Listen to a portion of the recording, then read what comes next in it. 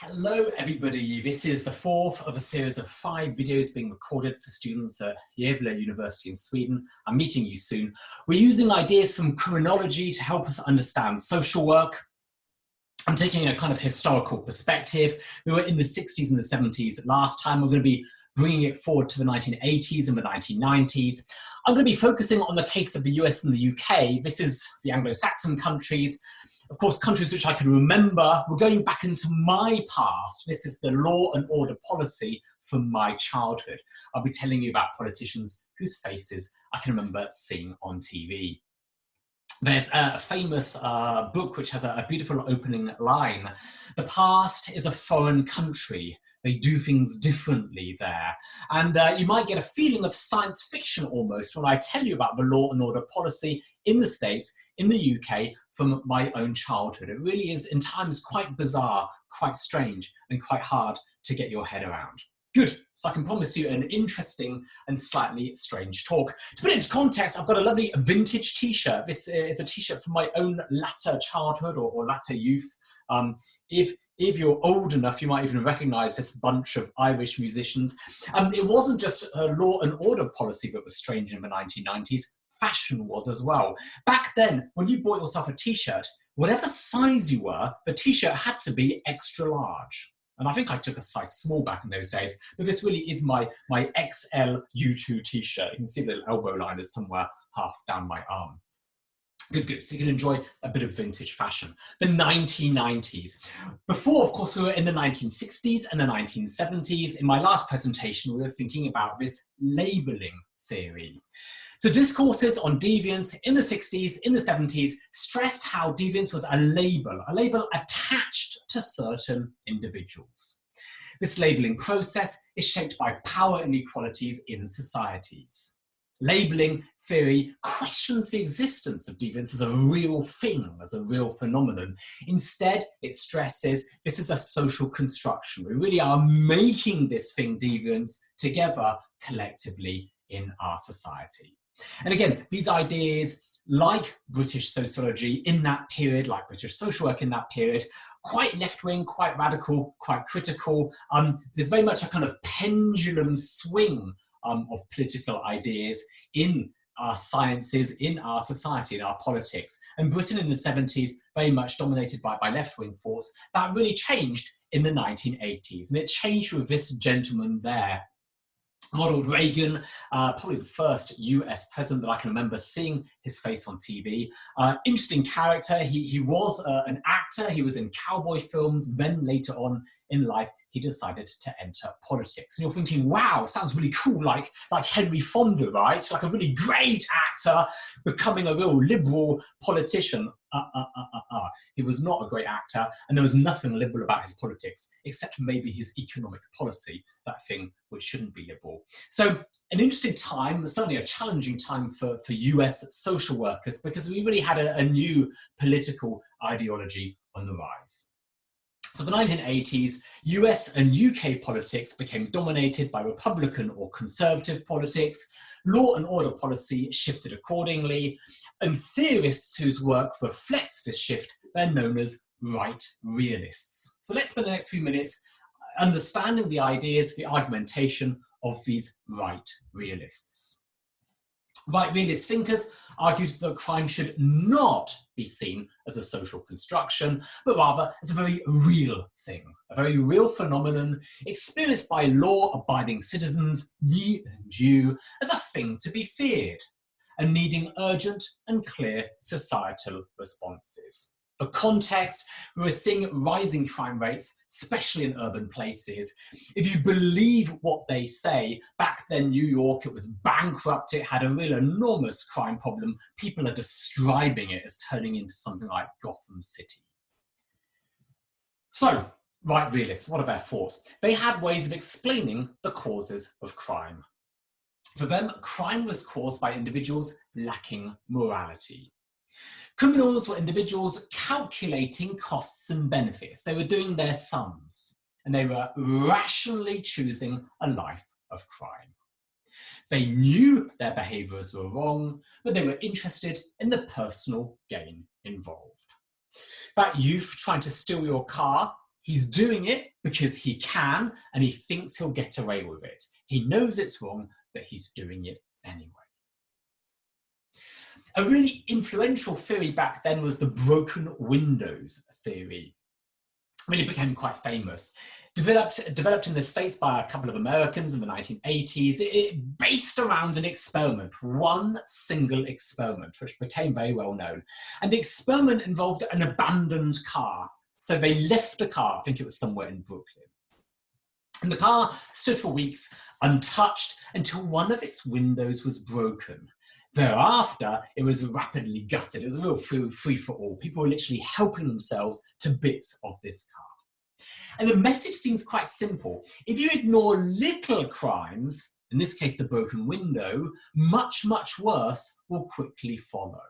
So ignore the little crimes and you can really expect big crimes to come. How we react to the little crimes, the little problematic behaviours, that's what defines how our response is going to be. Okay, so these little crimes in some sense maybe are our test for much bigger crimes to come. Good. What do you think about this theory? Is this experiment a scientific experiment? Can it explain crime? Can it help us shape crime policy? You might even want to pause the video and think about those questions. I don't know what your perspective is. The first thing we must note is, although the theory is interesting, it is in no way scientific. Clearly, to make it a scientific experiment, we need to repeat the experiment with 100 cars in 100 different city areas. That wasn't done. So it's worth noting, from a scholarly perspective, this experiment is not sound science. Can it explain crime? It obviously underlines ideas that we may intuitively have. The idea that how we respond to little crimes is going to be important for how we respond to bigger crimes. Can it help us shape crime policy? I don't know if it should have, but it did. It really did. This was a theory that many policymakers took with the utmost of seriousness. Its applications, the first and most basic application was the idea of zero tolerance policing. So again, a US concept, probably from the early 1990s now, linked to theories such as the broken windows theory. Can you imagine what it was like? Zero tolerance. The term is pretty descriptive, isn't it? It almost says what it is. Zero tolerance policing was a number of different policy points. The idea is to get more police officers onto the streets, get them out into the community, and to give them more powers and to let them use the powers they had. Powers such as stop and search, for example. So the response to low-level crime became a lot more heavy-handed. The subway fare dodger, for example, was not to be ignored, but was to be responded to consistently and correctly. And the idea was that by being a bit more heavy-handed in policing, you could prevent more serious crimes from taking place. It was a policy, in particular, cities most famously in New York itself, a mayor promoted it very, very heavily. They reported success. There were small drops in crime statistics. However, we must note crime statistics tend to go up and down anyway. And it's very hard to link increases or drops in statistics to particular policies. Good, there you are. It was very much celebrated in the media, and the policymakers who were behind it were very proud of the policy. Zero tolerance policing. So this is the policy resulting from these right realist thinkers. Obviously, the intellectual left had to respond to this with new ideas about crime. We had left realism as well. Left realists saw law and order differently. Their explanations, their causes were marginalization in society, relative poverty, and also subcultures in disadvantaged communities. These were the explanations of the causes of crime in the eyes of left realists. Their solutions, their policy, often centered on community development, often on increasing community participation. And you might say as a social worker, oh great, they're making work for us then. We're seeing more youth work projects, for example, as a policy response here. Absolutely, this is all about community building. Left realists' particular sympathy lay with the people harmed by the crime, the victims of crime, and left realists noted these victims were often from marginalized communities. So if you grew up in a marginalized community, yes, the chances of you entering crime were higher, but also the chances of you being a victim of crime, that was also higher. So you were more likely to be a criminal, but more likely to be a victim of crime as well. Left realism.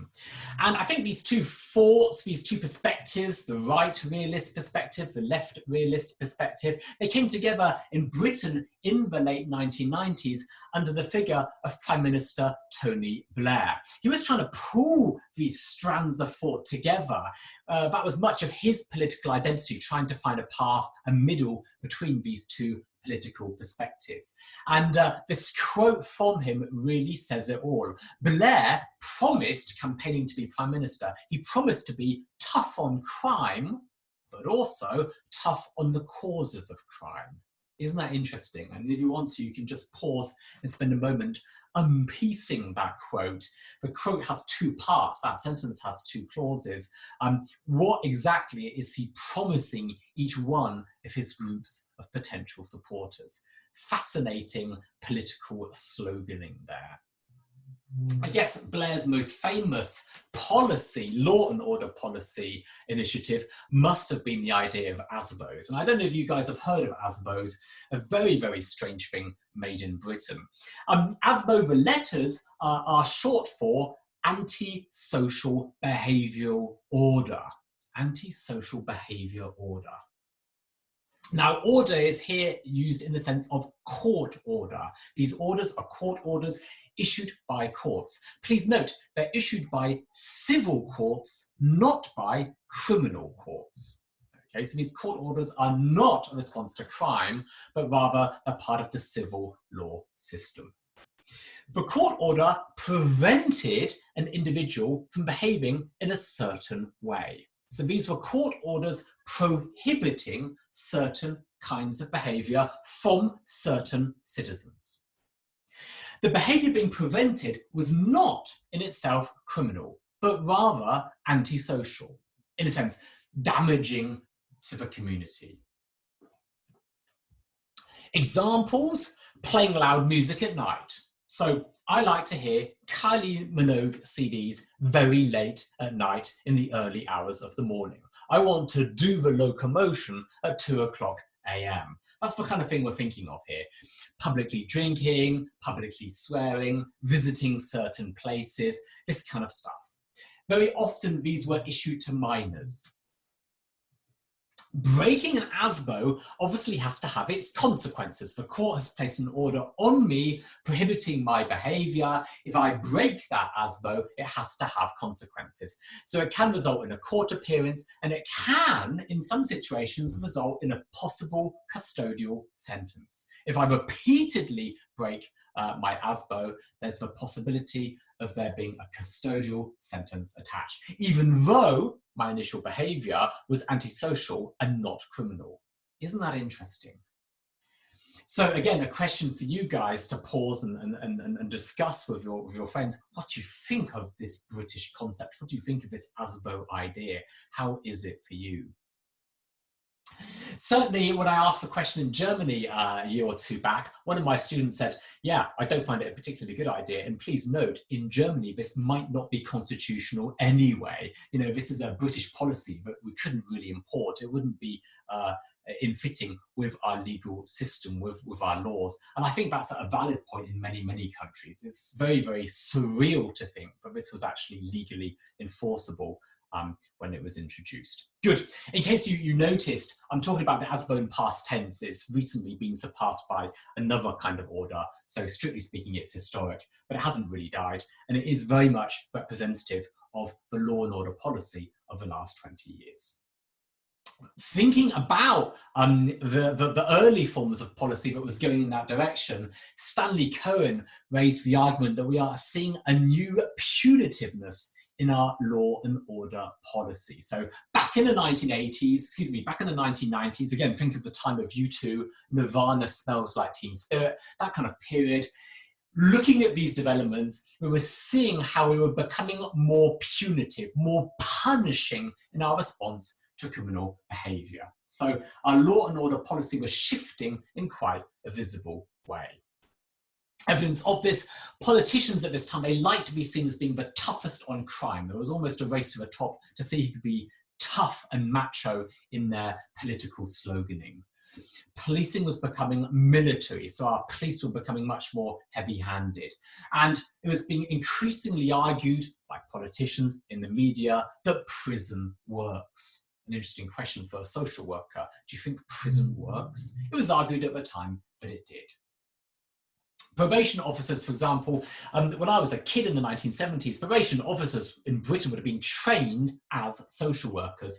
But by recent decades, this really has shifted. Today, probation officers aren't even called probation officers anymore. Now they are offender managers. So, you know, the shift in our jargon underlines the way in which we're now thinking differently about crime, about deviance.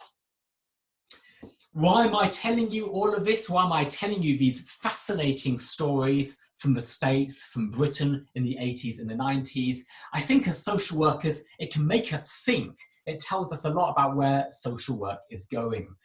And my last question for this presentation, new punitiveness, what are the consequences for our social work? If social work is in the context of this Anglo-Saxon law and order policy of the 90s, of the early 21st century, what does this suggest for social work? You know, what role is social work going to have in this punitive society? What is the meaning for social work of this new punitiveness? Something to think about, and again, there's loads of fascinating reading out there. Hey, let me come to a close for this video number 4, and I'll see you again in video 5, the last of our series.